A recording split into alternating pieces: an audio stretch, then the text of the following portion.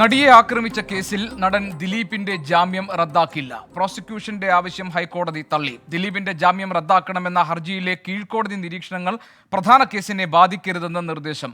ശ്രീകാന്ത് കൊച്ചിയിൽ നിന്ന് വിവരങ്ങൾ നൽകാനുണ്ട്. ശ്രീകാന്ത്, ദിലീപിന്റെ ജാമ്യം റദ്ദാക്കണമെന്നതായിരുന്നു പ്രോസിക്യൂഷൻ ആവശ്യം. അത് കോടതി നിരാകരിക്കാൻ എന്താണ് കാരണം?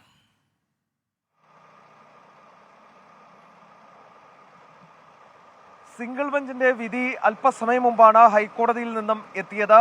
ദിലീപിനെ സംബന്ധിച്ചിടത്തോളം ഏറെ ആശ്വാസം നൽകുന്ന വിധിയാണ് ഇപ്പോൾ ഈ നടിയെ ആക്രമിച്ച കേസുമായി ബന്ധപ്പെട്ട് പുറത്തു വന്നത്. 8ാം പ്രതിയായ നടൻ ദിലീപിന്റെ ജാമ്യം റദ്ദാക്കണം എന്ന പ്രോസിക്യൂഷന്റെ ആവശ്യം ഇപ്പോൾ ഹൈക്കോടതി തള്ളിയിരിക്കുന്നു. ജാമ്യം റദ്ദാക്കാനാകില്ല എന്ന നിലപാടിൽ തന്നെയാണ് ഹൈക്കോടതി സിംഗിൾ ബെഞ്ചും എത്തിച്ചേർന്നത്.